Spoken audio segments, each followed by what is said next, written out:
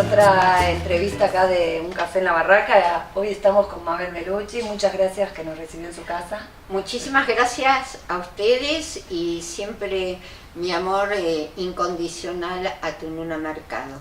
Muy bien, tenemos entonces ya la dedicación de esta entrevista. Porque Mabel, es periodista, es activista queer, es investigadora, trabaja también de docente en las cátedras libres que tienen que ver con la campaña por el aborto legal, seguro y gratuito. Y también forma parte del grupo de estudios sobre sexualidades, que es del Instituto Gino Germani de la Facultad de Ciencias Sociales de la UBA. Entre otras cosas que vamos a tratar de repasar en esta entrevista. ¿Cómo no?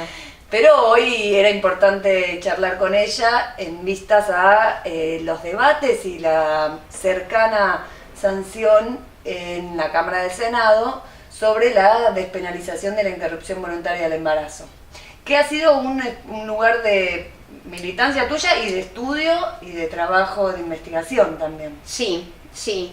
En realidad, desde hace muchísimos años que me aboqué a, primero, activar, como activamos un grupo, primero minoritario de feministas, entre ellas, Tununa no tuvo una intervención muy directa, pero era como una fuente de inspiración. Y después yo comencé en la Comisión por el Derecho al Aborto, que en ese momento se abre en 1988, se funda con toda la inspiración de Dora Koledesky y con compañeras que venían con médicas, por ejemplo, estaban Alicia Cacopardo, después Silvia Coppola, la hija de Horacio Coppola y Grete Stern, también estaba Laura Bonaparte, madre de Plaza de Mayo, línea fundadora. Y bueno, yo hacia los años 90 empiezo a activar con Dora, que Dora realmente fue de una lucidez como pocas. Ella venía del exilio en Francia, y allí tomó contacto con muchas feministas latinoamericanas que se habían justamente encontrado a denunciar lo que eran las dictaduras militares en el Cono Sur. Y a partir de allí ellas van tomando contacto con todo el clima descollante que fue teniendo en Francia previo a la ley de aborto. Y Dora no viene rápido, viene en el 85 porque se había quedado sin casa porque le habían reventado la casa. Entonces viene en el 85 y lo primero que se da cuenta es que en la agenda feminista de Buenos Aires no estaba todavía instalado el debate del aborto. Y entonces ella, junto con otras compañeras, por ejemplo de ATEM, 25 de noviembre, una agrupación histórica dentro del feminismo de la ciudad de Buenos Aires, deciden hacer una mesa donde estaba Laura Klein, estaba Dora Koledesky, y también una italiana, Erika, que es la que trae los lemas de lo que es la campaña en este presente.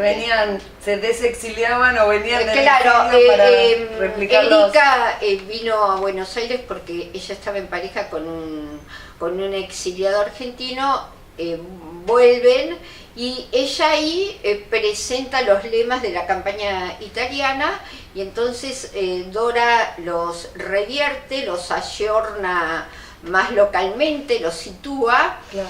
Y a partir de 1988 nace la Comisión por el Derecho al Aborto. ¿En ese momento se podía pensar que había que esperar más de 30 años? ¿O pensaban que era algo imposible o pensaban que iba a salir pronto? No, pensábamos que era algo imposible, así de simple. Nunca supusimos... A ver, yo creo que hay varios campos en torno al debate del aborto voluntario. El campo social fue un campo que lo fuimos ganando básicamente con los encuentros nacionales de mujeres, con la participación de periodistas feministas en los medios, en medios alternativos y otros no tanto, con la participación de compañeras en las académicas, con la participación también de la comunidad LGTB, que fue también muy importante, desde el 90 en adelante, con las políticas neoliberales de Menem, lo que hizo fue cruzarnos en las calles. Claro. Entonces, por eso aparece la figura de Loana Berkins, por eso aparece la figura de Carlos Jáuregui, una figura, un referente muy importante de la comunidad LGTB, compañeras lesbianas. Entonces, todo ese cruce rizomático que se da en las calles lleva a que haya una expansión de la demanda del aborto, ¿no? Del aborto voluntario.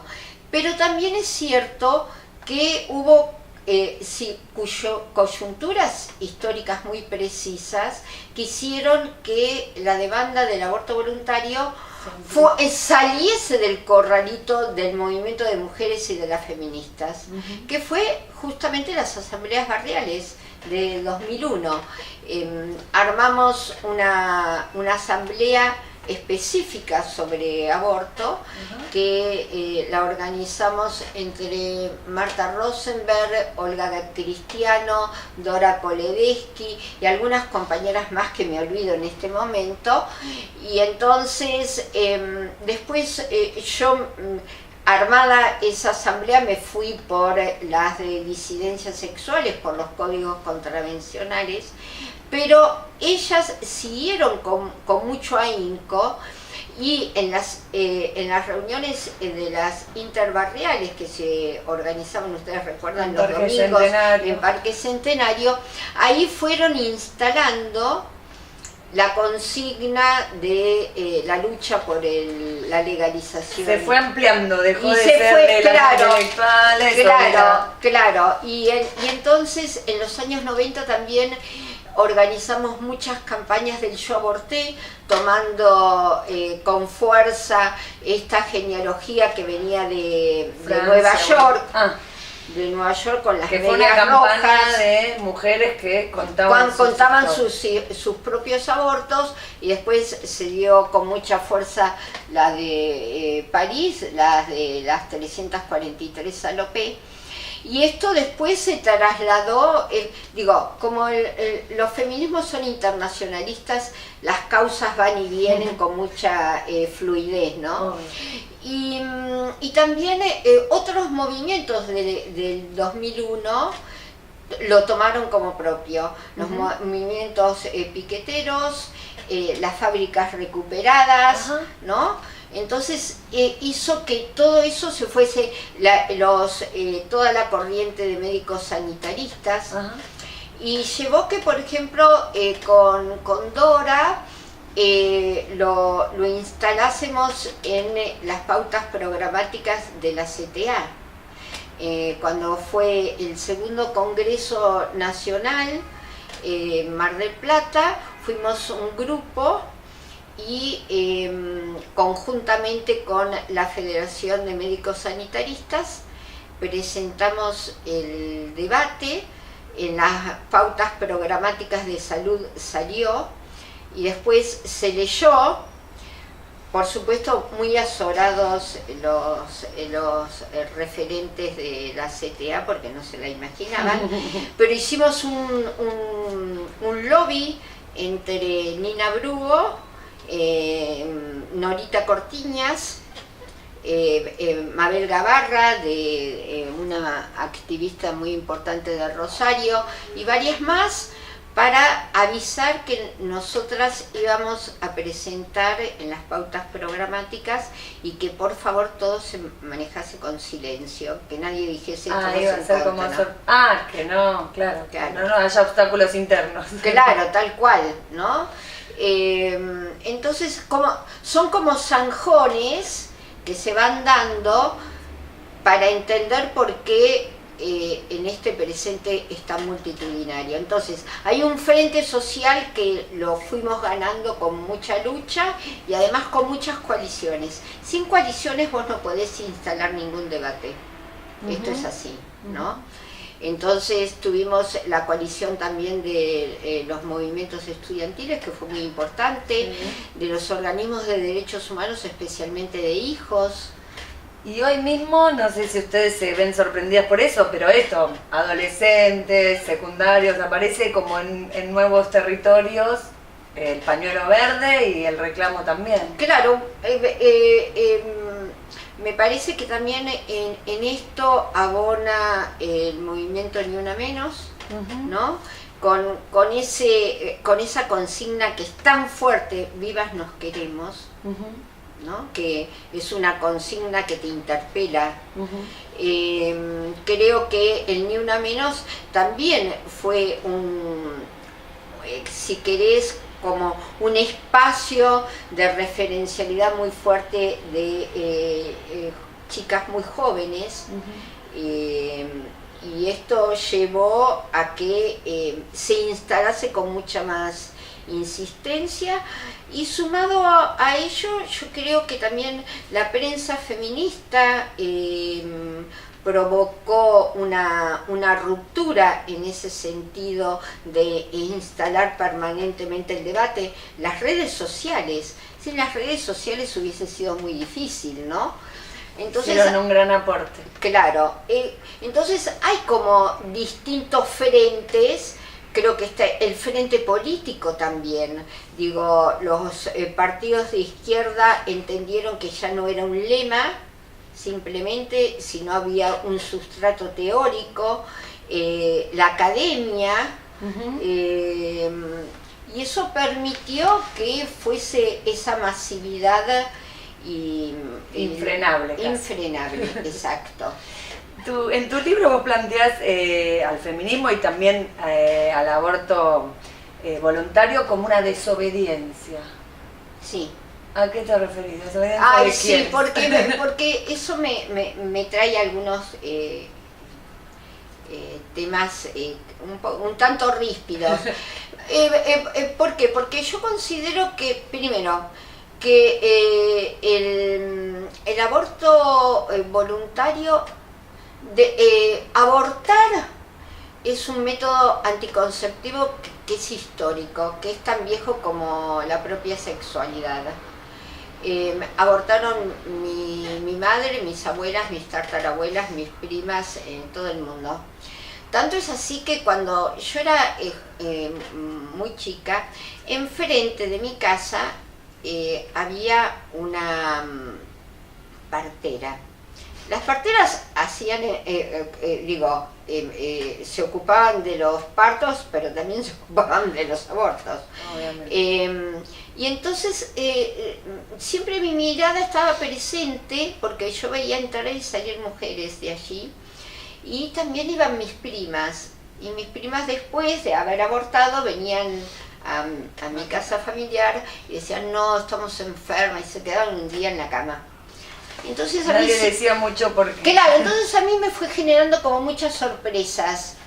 Entonces yo estoy socializada, si querés de alguna manera, en entender la práctica abortiva como una práctica, y esto también lo dijo Dora Barrancos en su exposición en la Cámara de Diputados, que todas las generaciones de mujeres, es muy difícil que alguien no sepa quién no abortó. Es cierto que capaz que era más tabú o más escondido. Por y supuesto, a veces ni nos enteramos qué pasó. Por supuesto, nadie decía tranquilamente: yo voy a abortar, como se puede decir en este presente. Exacto. Decían: me lo saqué, me lo quité. Sí. Digo, había como millones de ninguneos nadie decía concretamente. Eufemismos. Claro, eufemismos. Entonces, para mí es una práctica anticonceptiva que era el coito interruptus y el aborto. Bueno, y entonces, retomando sobre la desobediencia, en el en que vos vas a abortar, le decís no a la maternidad obligatoria. Después, a los 2 días te arrepentirás y querrás quedar embarazada, pero es en ese instante que vos estás diciendo un no a la maternidad. Esa es la desobediencia y esa es la libertad de decidir sobre su propio cuerpo. Exacto, exacto. Entonces, ese es el decir no, y el decir no a un sistema heterosexual como régimen político. Me parece que esto es muy interesante, porque la heterosexualidad no se elige, se impone. Nadie se piensa heterosexual, porque es un régimen realmente hegemónico, dominante, y que instala reglas de convivencia, reglas sexuales, que queda dentro, que queda fuera. Entonces, para que se sostenga la heterosexualidad como un régimen político, necesita, como dice Monique Wittig, maquinarias de guerra. ¿Y las maquinarias de guerra cuáles son? Son el amor romántico, es la familia nuclear, es la maternidad obligatoria. Son todas estas instituciones que las podríamos denominar como biopolíticas, que son las que instalan siempre la reproducción humana, son las que necesitan de la reproducción humana, y es el capitalismo también que necesita de la reproducción biológica, porque vamos a ver si nosotras, como decían nuestras ancestras anarquistas, hiciésemos un llamamiento a la huelga de vientres. ¿Se sostendría el capitalismo como en este presente? De la misma manera que tampoco se podría sostener con un llamamiento a la huelga de amas de casa, claro, porque evidentemente quienes reproducen son parte importante claro, quienes reproducen la fuerza de trabajo son justamente las mujeres con su trabajo anónimo e invisible, ¿no? En mantener cotidianamente a esas fuerza de trabajo que va a vender su fuerza al mercado laboral. Tu libro, que es buenísimo ahí, mostrar historia de una desobediencia, repasás como distintos momentos, y hay uno que pareciera era paradójico, pero vos hablaste mucho que fue siempre una reivindicación de la izquierda, el feminismo, el aborto legal, pero ¿qué pasaba en las organizaciones, las militantes, digamos, de los 70, con este feminismo? ¿Qué pasaba?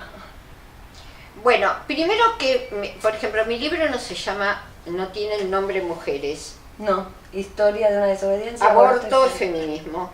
¿Por qué? Porque me parece que, como justamente yo soy queer, pongo en discusión... Que no es un tema de mujeres. Claro, y si es un tema de mujeres heterosexuales, bisexuales, lesbianas y personas trans. Y para mí el feminismo es una caja de herramientas política, teórica, que está a disposición de todas aquellas causas de subordinación o opresión. Es decir, que no se necesita ser mujer para ser feminista. Como no necesita ser obrero para ser marxista. Entonces, en ese sentido, cualquiera puede ser feminista. Esto a mí me ha generado fuertes debates, aviso. Bueno, bienvenidos sean. ¿No? Bueno, y con respecto a lo que vos me hacías alusión, en los años 70... hubo una tensión. Primero, la mayor parte de las mujeres jóvenes integraban las organizaciones político-armadas, ¿no? Era masivo. Las organizaciones político-armadas, como también muchas organizaciones de izquierdas, tenían reglas muy estrictas en cuanto a la moral y en cuanto a las sexualidades. No sé de dónde sacaron que había revolución sexual, todo lo contrario, eran disciplinadoras, sí. ¿no?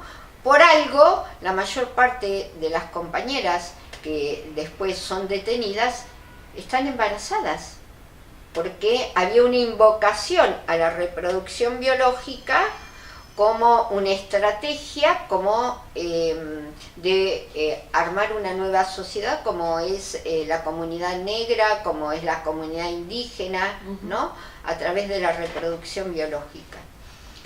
Entonces, y además eran relaciones heterosexuales básicamente, muy sostenidas en la pareja, muy sostenidas en la familia. Y el tema del aborto era un tema que directamente ni se abordaba. No estaba en los planes como pudo ser... no era una reivindicación, una bandera, nada. No. Ahora, como pudo ser, por ejemplo, en Estados Unidos, como pudo ser en Europa. No. Que sí, en los 70 ya, o 60, 70, sí ya se estaba... Sí, y la mayor parte de las compañeras que tienen algún tipo de simpatía con los feminismos, directamente hacen un corte con los partidos de las izquierdas, con las agrupaciones de izquierdas. Por eso de ahí viene el separatismo. La noción de separatista tiene que ver no tan solo con los varones, sino también con las organizaciones. Entonces crear sus propias organizaciones por fuera de esas organizaciones. Yo en este presente no estoy de acuerdo con el separatismo.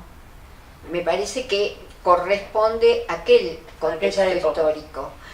Bueno, y las agrupaciones, acá al menos en Buenos Aires, yo siempre hablo de Buenos Aires, eran agrupaciones muy pequeñas, incipientes, no serían más de 40 las feministas en ese momento. Nadie sabía que tampoco que existían porque eran grupos muy subterráneos, eran grupos de estudios, claro, grupos de concientización. Sí hubo alianzas con el Frente de Liberación Homosexual. Yo acabo de publicar una nota que salió en Damiselas en Apuros, donde ahí se muestra que hubo una volanteada en 1973 entre algunas feministas de manera individual, como el caso de Sara Torres y algunas otras compañeras, junto con Néstor Perlonger, Marcelo Benítez, que hicieron una volanteada de la agrupación UFA sobre que la maternidad era esclavitud. Pero después, en realidad, sí lo que podemos decir es que el Partido Socialista de los Trabajadores, de tendencia trotskista, tuvo un fuerte diálogo con las feministas de ese entonces. ¿Por qué? Porque el trotskismo, tanto en Estados Unidos como en Francia, siempre tuvo vínculos con el feminismo y con lo que se llamaba en ese momento minorías sexuales. Claro.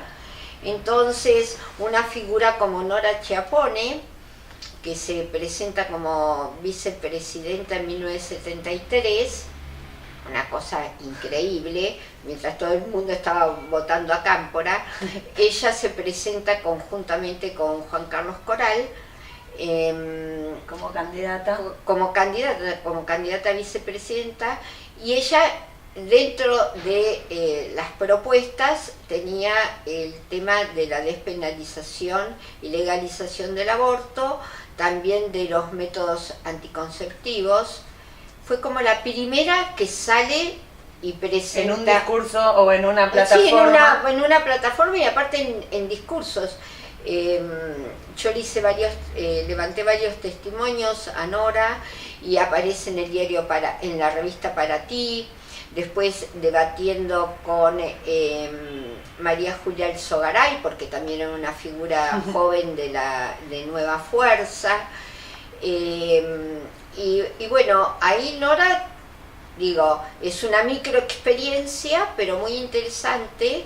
Y después viene una feminista lesbiana estadounidense, Linda Jennings, que también se va a presentar como candidata a presidenta en las elecciones que gana Nixon, y ella capacita a el grupo de compañeras trotskistas que estaban en diálogo con las feministas de UFA.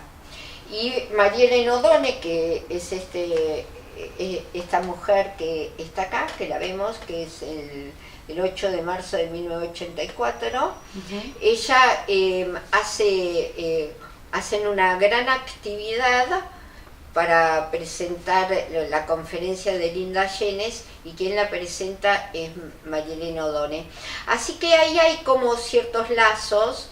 Después está el grupo de política sexual, que es un grupo muy interesante, que es un grupo de estudio. Fíjate vos qué delirante, en esos años donde la revolución estaba a la vuelta de la esquina, y en la calle, hay un grupo de estudio entre feministas y homosexuales, como se llamaban en ese entonces, que estudian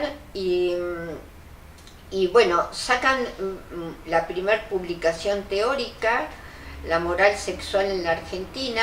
También sacan otros documentos como Sexo y Revolución, que es muy interesante, que hacen un llamamiento porque tenían un enemigo en común, que era el machismo hegemónico, y que era la heterosexualidad compulsiva, como le llamaban en ese entonces. Entre todas estas cosas que contás, planteas algo que muchas veces se critica, que es, bueno, la academia por un lado, la militancia, el activismo por otro. Vos planteás justamente que la producción académica o estos grupos de estudios tienen una intervención política. Sí, aparte digo, nada, no puede no haber interconexión. En esto yo tengo discusiones con algunas corrientes feministas que plantean una invocación antiintelectual, antiacadémica. Una cosa es la academia hegemónica. Claro. Pero sin producción teórica vos no podés salir a la calle. La palabra misma es una producción teórica. Que salgan y empiecen a hablar sobre el patriarcado. El patriarcado es una categoría teórica, claro, como tantas otras. Conocerlo, discutirlo, sirve justamente para la acción. Sirve para la acción. Y las feministas neoyorquinas, como de Chicago y de otras grandes urbes de Estados Unidos de los años 60 y 70, primero fueron académicas, ¿no? El caso de Kate Millett, el caso de Shulamit Firestone, y después ellas con sus propias tesis publicaron sus libros, lo convirtieron en libro. Morgan decía que todo libro es una acción. Entonces yo no acuerdo con ese posicionamiento, creo que siempre hay un diálogo, un entrecruzamiento, es imposible una cosa sin la otra. Bien. Y vuelvo a una pregunta que te hice antes. 80s, 90s, pensaron, se proponían con la campaña, no pensaban que se podía llegar en algún momento a que el Congreso esté discutiendo este tema. No, hubo muchos intentos de diálogo con la Cámara de Diputados. Primero recordemos que estuvo Luis Zamora. Hubo muchos proyectos también. Claro, que quedaron. Luis Zamora presenta un proyecto que fue asesorado por Dora Koledesky por la Comisión por el Derecho al Aborto, bueno, que no tuvo ninguna repercusión. Después estuvo el grupo de diputados de la Unidad Socialista, con Bravo a la cabeza, que realmente Bravo la tenía muy clara como buen socialista, que era una demanda que había que levantarla sí o sí. Bravo en ese momento tenía 8 diputados.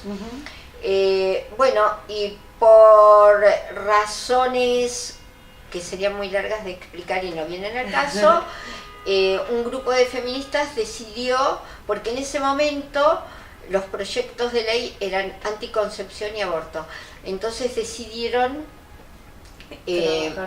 trabajar antes con la anticoncepción que con el aborto. Pero la Unidad Socialista fue muy pro feminista. La figura de Emilio Corbière, que lo quiero recuperar, a quien lo amé profundamente. Corbière fue un teórico, escritor y periodista socialista, secretario de Alicia Moró, que él los acompañó desde el inicio, desde la postdictadura. Por ejemplo, el suplemento La Mujer de Tiempo Argentino lo ideó él. A mí me convocó a trabajar durante 7 años que trabajé en la revista Todo es Historia con la columna entonces La Mujer.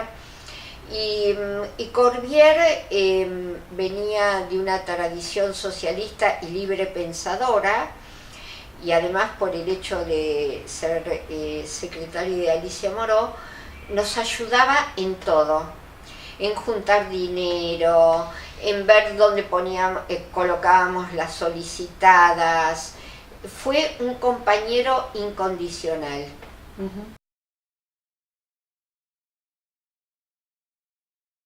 Tununa creo que es una de las grandes figuras de los feminismos, no solamente en Argentina, sino en América Latina. Ella se va a ruborizar y va a decir que soy una tan exagerada, no me importa. Tununa ha tenido una intervención muy importante cuando ella viene de su primer exilio en Francia y comienza a trabajar en el diario La Opinión. Allí ella hace una alianza con Felisa Pinto y publican todo lo que aparecía como feminismos en el diario La Opinión era producto de Tununa y Felisa. Tanto es así que Tununa había inventado un personaje para darle como más credibilidad y traía noticias sobre los feminismos en ese entonces. Por ejemplo, gracias a Tununa, Mirte No, una figura muy importante del feminismo también de trascendencia trotskista, que publica el primer libro, Las mujeres dicen basta. Bueno, gracias a Tununa le hacen una larga entrevista, que en ese momento era muy irrisorio, y también hacen un comentario sobre su libro. Tununa fue como una especie de maestra de todas nosotras. Inclusive, por ejemplo, Marta Rosenberg cuenta una anécdota que la conoció a Tununa y Tununa lo primero que le preguntó, ¿sos feminista? Y Marta dijo, no sé. Y dijo, ¿por qué no? ¿No? La interpeló. Claro. Y después, bueno, Tununa fue colaborando con todas nosotras de manera coloquial, amorosa, como es Tununa. Y también cuando fue su exilio en México. Ella estaba en el comité editor de la revista FEM, claro, una revista tan importante, y entonces aparecían muchas columnas de argentinas y de otras compañeras del Cono Sur, que era porque Tununa las convocaba, claro, ¿no? Sí. Eso es maravilloso. Fue un gran aporte. Fue un gran aporte, además tuvo un aporte muy importante de reconocimiento de la figura de Isabel Larguía, que fue una argentina que yo acabamos de publicar, que estamos por publicar un libro sobre Isabel Larguía, que vivió 25 años en Cuba. La contactó para que también publicase en FEM. Así que, y bueno, y Tununa tiene cosas muy bellas, como este texto, Hablarle a la sordera, que es una hermosura, que fue un homenaje que le hicimos a Dora Koledesky, y ella leyó ese texto.